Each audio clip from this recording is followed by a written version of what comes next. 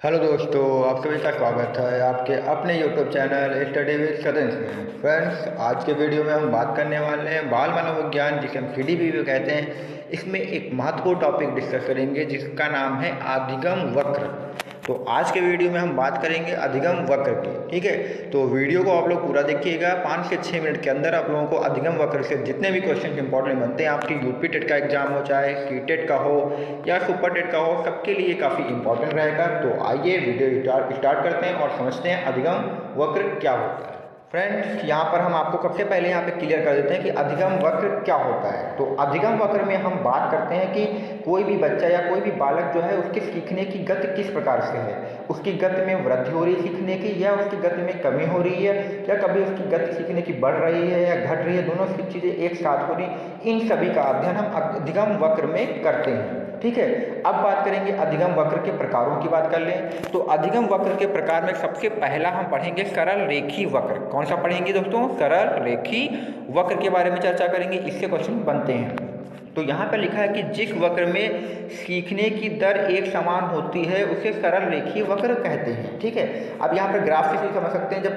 जब अब यहाँ पे देखिए, ग्राफ की एक जो सीधी रेखा जो है, ये अभ्यास बताती है कि आप किस प्रकार के अभ्यास कर रहे हैं, और ये आपको बताती है सीखने की गति बता रही है यहाँ पर। तो जब अभ्यास करने में और सीखने की गति में जब कोई रेखा बीच के जाती है, यानी जो बिल्कुल बीचों बीच की रेखा जाती है, तो इसका अर्थ है कि इसकी जो सीखने की दर होगी वो एक समान होगी। तो इस प्रकार के जो वक्र होता है अधिगम का, इसे हम सरल रेखीय वक्र कहते हैं। तो आपको याद रखना होगा, सरल रेखीय वक्र में क्या होता है, जो सीखने की दर होती है वो एक समान बनी रहती है। ठीक है, तो उम्मीद करता हूँ आपको इसके क्वेश्चन क्लियर हो गए होंगे। चलिए बात करते हैं नेक्स्ट अधिगम वक्र की।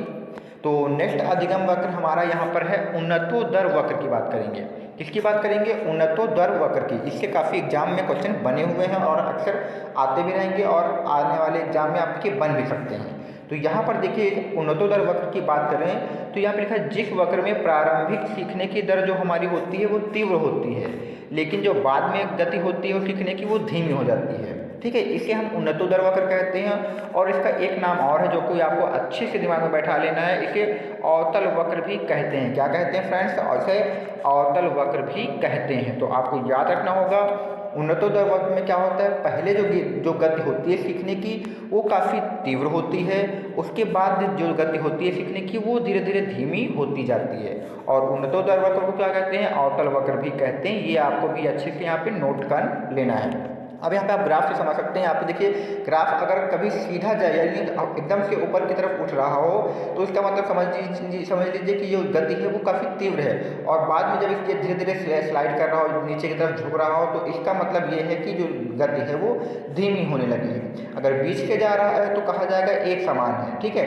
तो शुरुआत में यहाँ पे देखिए ये जो वक्र था थोड़ा सा उठा हुआ महसूस हो रहा था, तो इसका मतलब है कि ये जो सीखने की गति थी वो थोड़ा सा तीव्र थी, लेकिन धीरे धीरे ग्राफ में क्या ये कमी आई, धीरे धीरे झुकाव आया। तो झुकाव ये बता रहा है कि जो अधिगम वक्र है उसमें, जो सीखने के वक्र है उसमें कमी हुई है। इस वक्र को अवतल वक्र कहते हैं। ये काफ़ी इंपॉर्टेंट क्वेश्चन रहता है, तो आपको याद रखना होगा, इसे अवतल वक्र कहते हैं। नोट कर लेना होगा आपको। ठीक है, तो उन्नतोदर वक्र आपको अच्छे से याद रखना होगा, इसे अवतल वक्र की कहते हैं। चलिए नेक्स्ट बात करते हैं यहाँ पे हम नतोदर वक्र की। ठीक है, नतोदर वक्र बिल्कुल उन्नतोदर का उल्टा होता है। इसमें जो प्रारंभिक गति होती है वो सीखने की वो धीमी होती है, लेकिन बाद में क्या हो जाती है, वो गति तेज हो जाती है। और इस वक्र को क्या कहते हैं? नतोदर वक्र को उत्तल वक्र कहते हैं। इसमें देखिए, यहाँ पे ग्राफ पहले से बिल्कुल झुक रहा था मतलब यहाँ पर इसकी जो गति थी वो धीमी थी, और फिर एकदम से ग्राफ देखिए यहाँ पे तेजी से उठता है। इसका मतलब है बाद में जो गति है वक्र की वो काफ़ी तीव्रता से बढ़ती है, यानी अधिगम जो होता है वो बढ़ता है। तो इस प्रकार के वक्र को आपको याद रखना होगा,